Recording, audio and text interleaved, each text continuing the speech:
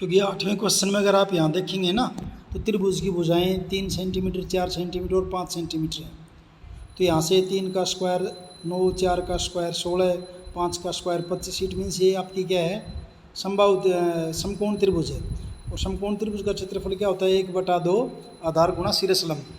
तो आधार को 4 ले लिया, शीर्ष लंब 3, क्योंकि 5 तो हो नहीं सकते क्योंकि तो कर्ण बनेगा, तो इसका क्षेत्रफल हो जाएगा।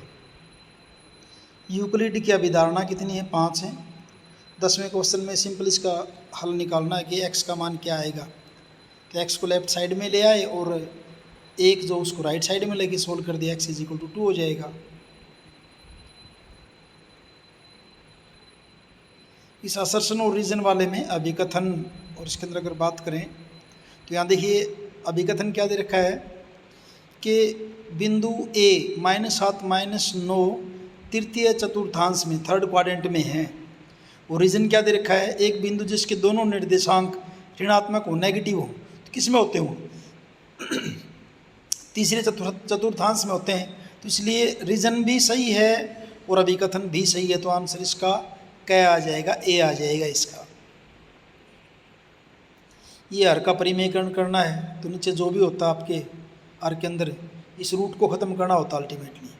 तो नीचे वर्गमूल 7 प्लस वर्गमूल दे रखा है, तो बीच में अगर प्लस दे रखा है तो अंश और हर दोनों को माइनस लगा के बीच में उससे मल्टीप्लाई कर दीजिए, सोल्व करोगे अपने आप आंसर आ जाएगा। गणित की परीक्षा में 17 विद्यार्थियों के अंक दे रखे हैं। डेटा की परिसर रेंज कैसे निकालते होते, मैक्सिमम जो नंबर है उसमें से मिनिमम को घटाना होता है, अधिकतम जो आंकड़ा उसमें से न्यूनतम आंकड़े को घटाना होता है। तो यहाँ घटाया मैं देखिए, अधिकतम इसमें 100 है और न्यूनतम 41 है, तो माइनस करोगे 59, 59 हो जाएगा। जो कोटि जो है वो कहते हैं वाई अक्ष का जो निर्देशांक है, और भुज कहते हैं एक्स अक्ष पे जो है। तो फर्स्ट पार्ट में भुज प्लस दे रखा है 5, तो पे और लिखते वक्त क्या लिखते होते हैं, एक्स को पहले लिखते हैं और वाई को बाद में लिखते हैं। तो भुज 5 है यानी एक्स का निर्देशांक 5 है और वाई का -10। ऐसे दूसरा पार्ट जो है +6 वाई एक्स का ऊपर, एक्स वाई एक्स के ऊपर है तो एक्स की वैल्यू तो 0 है, इसलिए 0 6 हो जाएगा ये।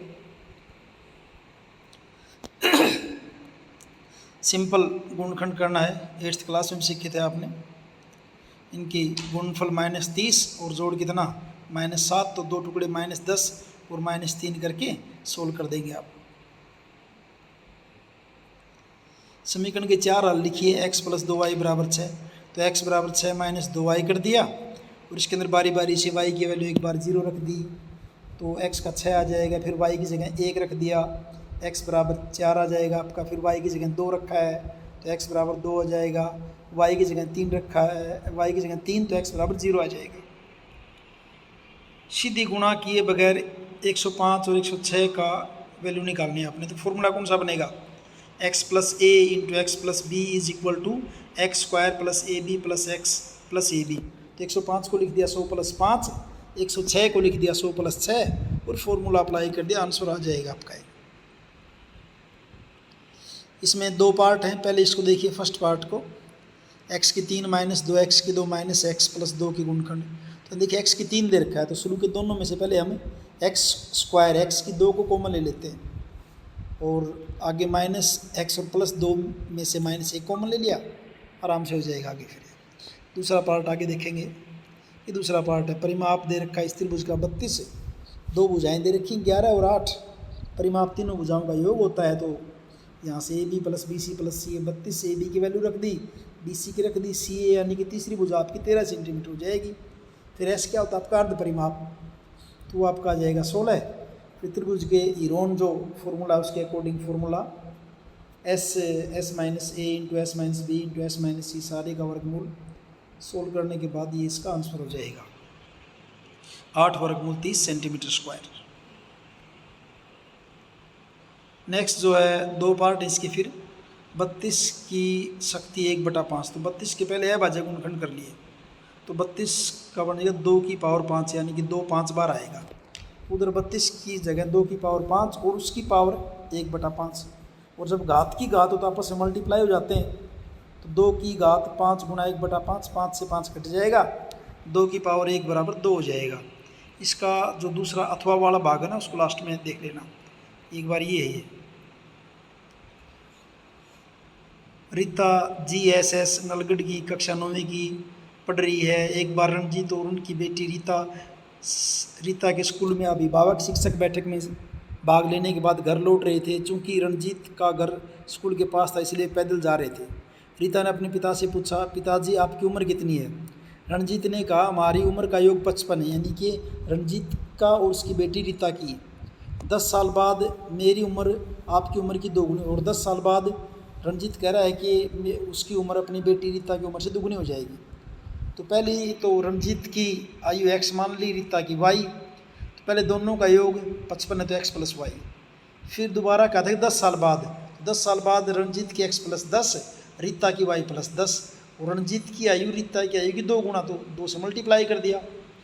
सोल्व करने के बाद इक्वेशन बन जाएगी आपकी x माइनस 2y बराबर माइनस 10। तो पहले दूसरे क्वेश्चन के आंसर तो यही पूछे थे कि पहली समीकरण क्या बनेगी, दूसरी समीकरण क्या बनेगी। उसके बाद इन दोनों समीकरणों को हल किया हमने। x प्लस 2y बराबर 55, x माइनस 2y बराबर 10। समीकरण 1 में से 2 को घटाया x से x कट जाएगा, y और 2y 3y बराबर 55, y बराबर 45/3 15 हो जाएगा। फिर y का मान समीकरण 1 में रख देंगे तो x बराबर 40 आ जाएगा। x किसकी थी? रणजीत की आयु 40 वर्ष होगी। y किसकी थी? रीता की, उसकी आयु होगी 15 वर्ष। ऐसे भी सेम इंग्लिश मीडियम में दे रखा है। और ये जो क्वेश्चन बच गया था ना परिमाप वाला, उसका सॉल्यूशन यहाँ देखिए। तीनों भुजाओं का अनुपात दे रखा है 12, 17 और 25, 12x 17x 25x, परिमाप 540। तो सबको जोड़ दिया, x की वैल्यू आ गई 10। यहाँ से फिर पहली भुजा आ जाएगी 12 गुणा 10, दूसरी 17 गुणा 10, तीसरी 25 गुणा 10। फिर s की वैल्यू निकाल दी, a प्लस बी प्लस सी बटा 2, 270 के बराबर।